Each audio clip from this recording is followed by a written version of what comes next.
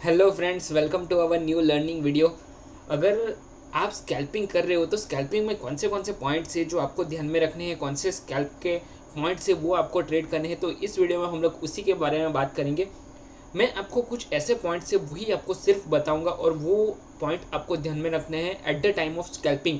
और स्कैल्पिंग एक बहुत बढ़िया तरीका है, मतलब बहुत बढ़िया वो एक तरीका है ट्रेड करने का, वो ट्रेडिंग नहीं है। ठीक है, तो स्कैल्पिंग का ये जो तरीका है वो आपको सीखना है कि किस तरह से हम लोग इसको सीख सकते हो और उसमें आपको मास्टरी हासिल करनी है।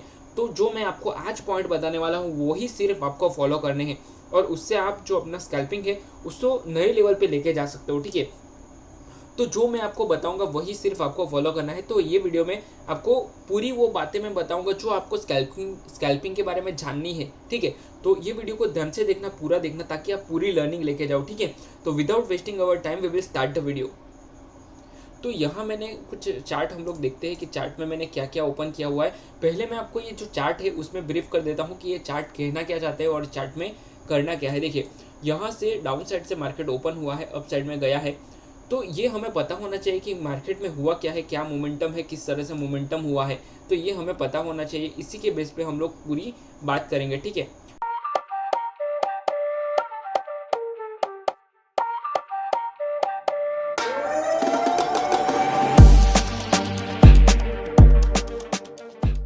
ओके। तो यहाँ अगर मैं आपको बताऊँ तो मॉर्निंग में जो मार्केट ओपन हुआ है तो ओपनिंग के साथ मार्केट ने एक बड़ा सा ग्रीन कैंडल किया है। बड़ा सा ग्रीन कैंडल करने के बाद स्लाइटली अप साइड का मोमेंटम है। तो यहाँ पे जैसे ही अप साइड का मार्केट ने मोमेंटम किया, एक छोटा सा रिटेस्ट करने के लिए आया। मार्केट रिटेस्ट करने के बाद वापस ब्रेकआउट किया, डे हाई का ब्रेकआउट करने के बाद वापस रिटेस्ट करके कंटिन्यू हुआ। तो ये अगर मैं आपको पर्टिकुलरली बताऊँ तो ये हायर हाई के पैटर्न के साथ मूवमेंट कर रहा है। ठीक है, तो हायर हाई के साथ जैसे ही मार्केट अप साइड में गया तो यहाँ एक देखिए डबल टॉप जैसा पैटर्न बनाया हुआ है। तो यहाँ पे मैं आपको बताऊँ ना तो मार्केट रुक गया है एक ही रेंज में, मतलब रेंज बाउंड हो गया है। मतलब अप ट्रेंड में तो चला है मार्केट, ट्रेंड लाइन का ब्रेकआउट करने के बाद उसके बाद मार्केट एक रेंज में चला गया है, थोड़ा सा साइडवेज हुआ है। तो यहाँ हमें डाउन साइड का प्लान करना चाहिए, पर कब करना चाहिए? जब स्विंग का ब्रेकडाउन होता है वो टाइम पे हम लोग कर सकते हैं। पर यहाँ देखिए नियरेस्ट सपोर्ट है। ठीक है, तो नियरेस्ट स्विंग का सपोर्ट है, इसके लिए मैं डाउन साइड का भी प्लान यहाँ पे नहीं कर सकता। अगर आपको फिक्स स्कैल्प करना है रनिंग में तो आप उसमें ले सकते हो, बाकी आपको यहाँ पे स्कैल्पिंग का प्लान नहीं करना है। हाँ, एक सपोर्ट के बाद जैसे ही डाउन साइड से रिजेक्शन लिया, अप साइड में ये गया है, तो यहाँ पे मैं अप साइड का एक प्लान कर सकता हूँ एज अ स्कैल्पर। ठीक है, वापस वही लेवल से मतलब ट्रिपल टॉप किया है, तो ये जो टॉप है वहाँ से मैं वापस ये डाउन साइड का एक ट्रेड ले सकता हूँ। तो बहुत अच्छा ये ट्रेड है। इसी तरह आप अपना जो स्कैल्पिंग है उसको मास्टर कर सकते हो। और मतलब ये तो मैंने आपको ट्रेड बताया कि कहाँ कहाँ आप स्कैल्प कर सकते हो। देखिए, पहला मैंने यहाँ पे बताया अपसाइड का, वापस रिटेस्ट करके गया, तो अपसाइड का बताया मैंने, वापस डबल टॉप करके आया। यहाँ पे हम लोग एक स्कैल्प ले सकते हैं, पर ये ब्रेक करने के बाद जो लाइन को ब्रेक करता है उसके बाद वापस ट्रिपल टॉप करने के लिए आ गया। यहाँ से हम लोग रनिंग में ले सकते हैं डाउन साइड का। अगर आपको यहाँ पे रनिंग में लेना है तो आप स्कैल्प लेके निकल सकते हो। पर यहाँ मैं आपको कुछ पॉइंट्स ऐसे हैं जो मैंने आइडेंटिफाई किए हुए हैं, वो पॉइंट्स ही आपको ध्यान में रखने हैं। वो पॉइंट्स के साथ अपना जो स्कैल्पिंग है उसको आप बहुत अच्छे तरीके से कर पाओगे। देखिए, यहाँ मैंने कुछ लिखा हुआ है, वही हम लोग डायरेक्ट देखते हैं। तो ये जो पॉइंट्स है ये आप कहीं पे लिख लेना, नोट कर लेना, ताकि आप जब भी आप स्कैल्पिंग करो या फिर स्कैल्पिंग में मास्टरी हासिल करने की, मतलब जो भी आप प्रैक्टिस करते हो, तो वो टाइम पे आपको ये बहुत काम आएंगे। क्योंकि मैं खुद स्कैल्पिंग करता हूँ, आई एम अ स्कैल्पर, तो मुझे पता है कि मुझे कौन से पॉइंट देखने हैं। तो आपको भी वो पता होना चाहिए कि आपको किस तरह से और कौन सा स्कैल्प करना चाहिए। ठीक है, तो trade during high volume time, तो जब भी मार्केट में वॉल्यूम ज़्यादा होता है तो वो टाइम पे ट्रेड करने में क्या बेनिफिट हमें क्या होता है? तो बड़े बड़े स्पाइक आते हैं, उसमें अच्छा खासा स्पाइक के साथ हम लोग ट्रेड कर सकते हैं। अपना जो ट्रेड है उसको अच्छा अगर स्पाइक मिला, अगर आपने अभी लिया और फट करके प्रीमियम में जो मोमेंट आया है ना, जो मोमेंटम में ट्रेड होता है ना, वो ट्रेड आपको मिलता है। जब भी आप वॉल्यूम के साथ लेते हो, वॉलेटिलिटी के साथ लेते हो, तो बहुत अच्छा ट्रेड मिलता है। उसमें आपको सिर्फ उसमें पहचानना है कि कहाँ पे वॉलेटिलिटी जाना है, वहाँ पे कूदना है अपनी स्ट्रेटेजी के साथ। ये आपको पता होना चाहिए। फोकस ऑन वन और टू पेयर्स ऑफ स्टॉक, मतलब उसका मतलब ये है कि हमारा ट्रेड है, हमारा ट्रेड हमें प्रॉपर पता होना चाहिए कि मुझे यही एक इंडेक्स में लेना है। अगर आप निफ्टी में करते हो तो निफ्टी में ही लेना है, सेंसेक्स में करते हो तो उसी में लेना है। अगर आप हर एक इंडेक्स में घुसने जाओगे, जैसे कि निफ्टी में भी लिया, सेंसेक्स में भी गया, बैंक निफ्टी में चले गए, हर एक इंडेक्स में आप मतलब करने के लिए चले गए तो आप उसमें कंफ्यूज हो जाओगे, क्योंकि हर एक का मोमेंटम अलग अलग होता है। अगर सेंसेक्स का बोलूँ तो थोड़ा फास्ट होता है, निफ्टी का थोड़ा उससे लो, बैंक निफ्टी का उससे, मतलब ये जो हर एक इन शॉर्ट स्टॉक मान लो, इंडेक्स मान लो, तो उसका मोमेंटम हो जो डिफरेंट होता है, तो उसके हिसाब से आपको प्लान करना है अपना। और अगर आप बिगिनर हो या फिर आपको स्कैल्पिंग में अभी भी वो थोड़ा सा प्रॉब्लम आ रहा है कि आप स्कैल्पिंग प्रॉपर तरीके से नहीं कर पा रहे हो, मतलब उसमें एंट्री एग्जिट फास्ट होना चाहिए तो वो फास्ट नहीं कर पा रहे हो, या फिर कहीं पे भी मिस्टेक कर रहे हो, तो वो आपको क्या करना है, कोई भी एक ही इंडेक्स पकड़ लो और उसी में प्रैक्टिस करना है, ठीक है। Use a smaller time frame. हाँ, अगर स्कैल्पिंग आप कर रहे हो तो बहुत स्मॉल टाइम फ्रेम में आपको उसमें करना है, जैसे कि अगर 1 मिनट हो गया, 5 मिनट हो गया, फिर 3 मिनट हो गया, ये 3 ही टाइम फ्रेम में आप अपना जो ट्रेड है वो स्कैल्प है वो कर सकते हो। बाकी हर एक टाइम फ्रेम में हमें घुसने की जरूरत नहीं है, सिर्फ एक ही टाइम फ्रेम में आप ट्रेड करो, या फिर 3 मिनट पकड़ दो या फिर 5 मिनट पकड़ दो। उसमें सिर्फ हायर टाइम फ्रेम में देख लो कि ट्रेंड कौन सा चल रहा है, मार्केट में क्या करना है मुझे और किस तरह से ट्रेड करना है, स्ट्रेटेजी कौन सी चल रही है, ट्रेंड कौन सा चल रही है, ठीक है।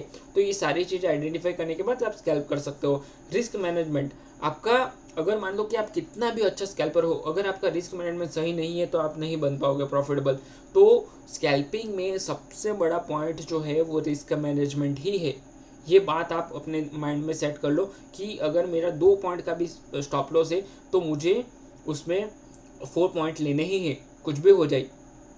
अगर आपको 4 पॉइंट नहीं मिल रहे हैं तो आप उस दिन ट्रेडिंग बंद कर दो, ठीक है। दूसरी चीज़, अगर आपका मान लो कि 10 पॉइंट का आपका स्टॉप लॉस है, 10 पॉइंट आपने सोच लिया कि मेरे 10 पॉइंट अगर निकल गए तो मैं निकल जाऊंगा, कितना भी मतलब बड़ा क्वांटिटी क्यों ना हो, निकलना है तो नहीं, मुझे अपना जो प्रॉफिट है उससे, मतलब जो भी अपना रिस्क है, प्रॉफिट है, वॉट एवर जो अपना कैपिटल है उससे ज़्यादा वो नहीं, इमोशन नहीं जोड़ लेना है, अपनो निकलना है तो निकल जाना है अपना रिस्क मैनेजमेंट लेके। और प्रॉफिट अपना हमेशा जो भी आपका रिस्क है उससे ज़्यादा होना चाहिए, ठीक है। हाँ, कभी कभी 1:1 ले सकते हो, पर उससे तो ज़्यादा ही होना चाहिए, ठीक है। स्ट्रिक्ट रिस्क मैनेजमेंट, ये हम लोग देख लिया। कंट्रोल इमोशंस, ये स्कैल्पिंग में हर एक के साथ गलती होता है, मैं खुद करता हूँ। तो ये जो गलती होती है वो क्या होती है, वो मेजर बताता हूँ इमोशंस कंट्रोल में। देखिए, पहले तो आपका रिवर्स ट्रेडिंग होता है। अगर मान लो कि आप अभी आपने एंट्री किया और तुरंत आपने ट्रेड लिया उसमें कि नहीं मुझे अभी करना है ट्रेड, और जैसे ही आपको उसमें लॉस होता है फटक से एंट्री उसी ट्रेड में करते हो और उसी में वापस लॉस होता है, तो ये रिवेंज ट्रेडिंग होता है। आपके साथ हुआ होगा, मुझे कमेंट करके बताना। तो ये होता है, सबके साथ होता है ये, इट्स वेरी कॉमन, ठीक है। तो ये इमोशंस कंट्रोल ही ये वो परफेक्ट होना चाहिए। उसके बाद आता है ओवर ट्रेडिंग, वो भी एक इमोशनल कंट्रोल का ही पार्ट है। मतलब जो हम लोग होते हैं ना जो ट्रेड करते हैं वो टाइम पे अपना कंट्रोल नहीं होता है, मतलब 3-4 ट्रेड हो जाते हैं दिन के, मतलब दिन के ज़्यादा ट्रेड हो जाते हैं, 15-20 ट्रेड हो जाते हैं, या फिर 10 ट्रेड हो जाते हैं। तो ये जो 7-8 ट्रेड का जो सिनेरियो है ना वो हमें थोड़ा सा कम करना है। अगर मान लो कि 2-3 ट्रेड में लॉस हो गया, बंद, कुछ भी हो जाए बंद, मतलब आपको बंद ही कर देना है ट्रेडिंग, फिर कुछ आता ही नहीं, प्रॉब्लम ही नहीं है फिर कुछ, ठीक है। और उसके बाद आता है ट्रेड विद द ट्रेंड, ये बहुत ज़रूरी है। आपका जो ट्रेड है वो आपके ट्रेंड के साथ ही चलना चाहिए। अगर मान लो कि आपने ट्रेड को छोड़ दिया तो फिर प्रॉब्लम हो सकता है।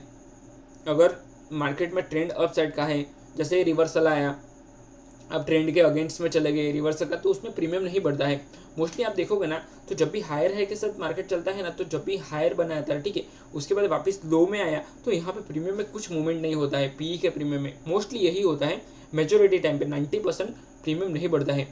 तो आपको ट्रेंड के साथ चलना चाहिए। ट्रेंड के साथ चलोगे तो क्या बेनिफिट होगा, मोमेंटम मिलेगा आपको, फट के प्रीमियम बढ़ेगा।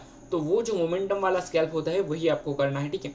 क्विक इन क्विक आउट, मतलब आपको एंट्री फट से करनी है। मतलब मेरा स्ट्रेटेजी आया, जहाँ पे भी मेरा ट्रेड बना, मेरा स्ट्रेटेजी आया, मुझे बिना सोचे समझे एंट्री कर ही देनी है, ठीक है। मतलब without thought, without second thought I will take the trade. तो ये आपको पता होना चाहिए कि मुझे ट्रेड लेना ही है, ठीक है। और अगर मान लो एग्जिट भी उतना ही बढ़िया होना चाहिए। अगर मान लो कि आपका जो सेटअप है, आपका जो रिस्क में चाहे वो 0.03% क्यों ना आपका स्टॉप लॉस हो, आपको निकल ही जाना है।